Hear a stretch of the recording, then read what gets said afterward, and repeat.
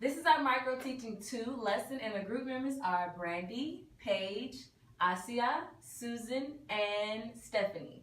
The topic is consumers. The subtopic will be Buffalo Hunt. The grade level is 4th grade, and the TEKS are 4.1D, compare the ways of life of American Indians groups in Texas and North America before European exploration.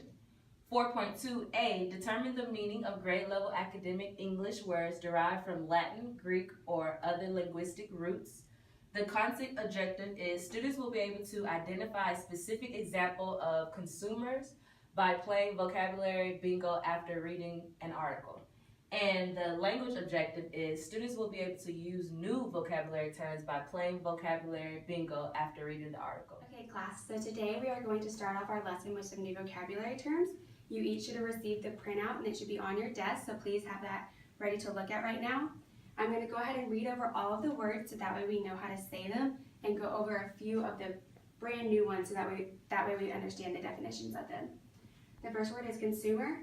That's a person or thing that eats or uses something. You should remember that from the science lesson that we did. The second word is resource. The third word is buffalo.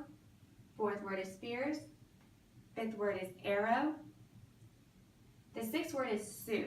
You say that as Sioux, even though it has an X on the end of it. And that is another term for the Dakota people or their language. It's also a specific group of Native Americans. The seventh word is horseback. Eighth word is pony. Ninth word is dishonor. So you've probably heard of the word honor, but dishonor means a state of shame or disgrace. The 10th word is plains people. That is members of various Protestant groups, especially in the United States, who wear distinctively plain clothes and adhere to a simple traditional style of life, excluding many conveniences of modern technology. So they live in a very simple style of life, often on the actual plains, and this will be seen in a lot of Native Americans. The 11th word is hide. The 12th word is teepee. The 13th word is moccasins. Those are soft leather slippers or shoes, strictly worn without a separate heel, having the sole turned up on all sides and sewn to the upper in a simple gathered seam. So they're the shoes that you typically see in pictures of Native Americans. Those are the shoes that they would typically have on. The 14th word is halters. 15th word is hoofs. 16th word is laddles. 17th word is stirrups. 18th word is Kiowas. Those are members of an American Indian people of the southern plains of the U.S., now living in Oklahoma. So they're the Native American groups that live in Oklahoma. The 19th word is bow and arrow. I'm sure a lot of you have seen bows and arrows or played with them at home. Herd is the 20th word. The 21st word is trade. And so trade in this sense doesn't mean to like trade candy, but it's kind of similar. They're going to actually, it's the action of buying and selling goods and services. The 22nd word is hunting. The 23rd word is racket. In this sense, it doesn't mean racket like the tennis racket where you hit the ball. It's actually an unpleasantly loud noise. And the 24th word is saddle pads. Okay, so today we're going to be working on our vocabulary bingo. You were all given this sheet, so they should be out on your desk right now. So what I want you to do is find this middle space right here and go ahead and write free space. So that space, you do not have to insert a vocabulary word. But the rest of your spaces, I want you to put at least one word in each box, and you're going to use them all up because there are 24 vocabulary words and 24 spaces. Okay, now that you guys have all had time to fill out your bingo sheet, I hope, take a couple more seconds as I'm talking. As you hear a vocabulary word within the article that we are going to read, you just mark it up. So every time you mark it up, you're expecting, this is how you win the game, sorry. You want to get 5 in a row, and as soon as you see the line across, you'll be able to say bingo. And be sure you say it really loudly, okay? Because we want to be sure that you guys are explaining it and that everybody's aware that you just won. So you can either get it across, down, or diagonally. So now we're going to read the article called Buffalo Hunt. Tricks to catch a buffalo. The Plains people had many ways to catch buffalo. In the old days, before horses, they tricked buffalo into running off of cliffs. Another way they tricked buffalo was to have some of the men dress up as buffalo and make crying sounds, like lost baby buffalo. When a real buffalo left the herd and hurried to save what he thought was a baby buffalo in trouble, the people would kill the animal with spears and arrows. What are spears and arrows? Spears and arrows are weapons that some of the Indians use to help catch their prey. Oh, what do they look like? They look like little triangles at the top, sort of. And So they're kind of pointy? yes, they're pointy and they have wooden backs attached to them so that they can throw them. Oh, so it can go through? Yes. Oh, that's so sad. These ideas worked, but they were not nearly as successful as horsebacks and hunting with horses. Oh, did they ride the horses or did they just? Yes. horses Eventually, when the horses were introduced to America, then the Indians gained access to those horses and they were able to ride them and use them to hunt the buffalo. Alright, so killing a buffalo. In the Sioux culture, a boy could hunt his first buffalo at age 10. To a young boy, a single buffalo stood 6 feet tall. How tall is that? 6 feet tall? Well, I am about 5'5", so 6 feet would be about here. Oh, wow, that's tall.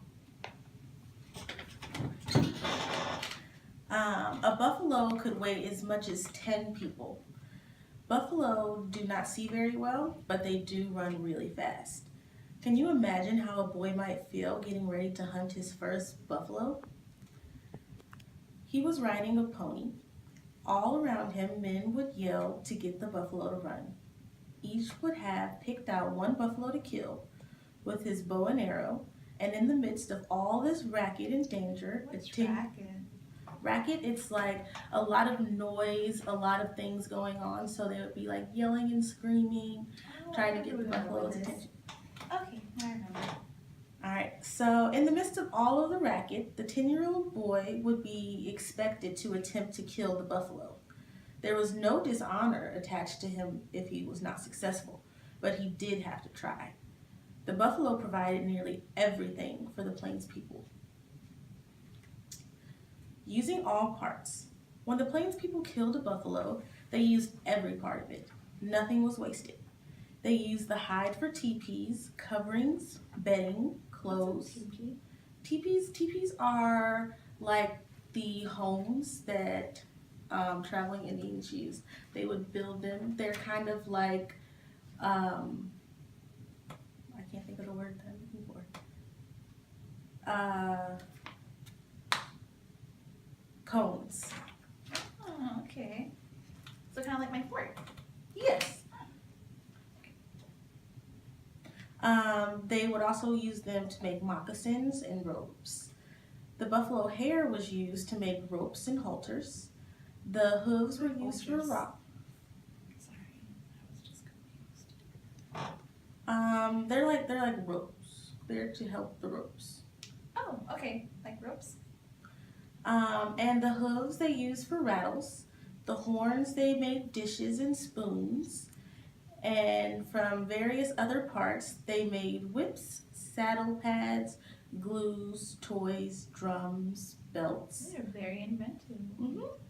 And they also made knives, boats, and of course they used it for food. Mm. The buffalo was a major resource. In 1865, Chief King Beer of the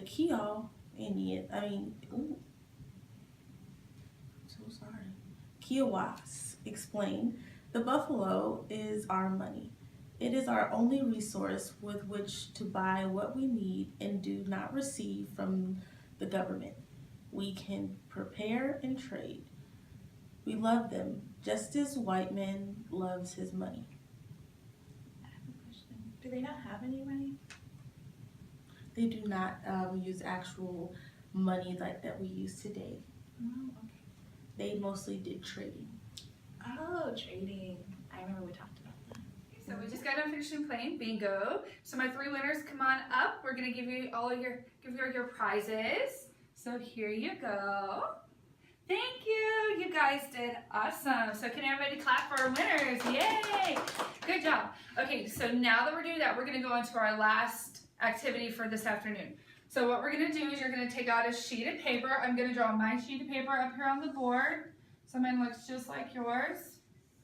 Okay, so now what we're going to do on your sheet of paper is we're going to draw what's called an uneven T.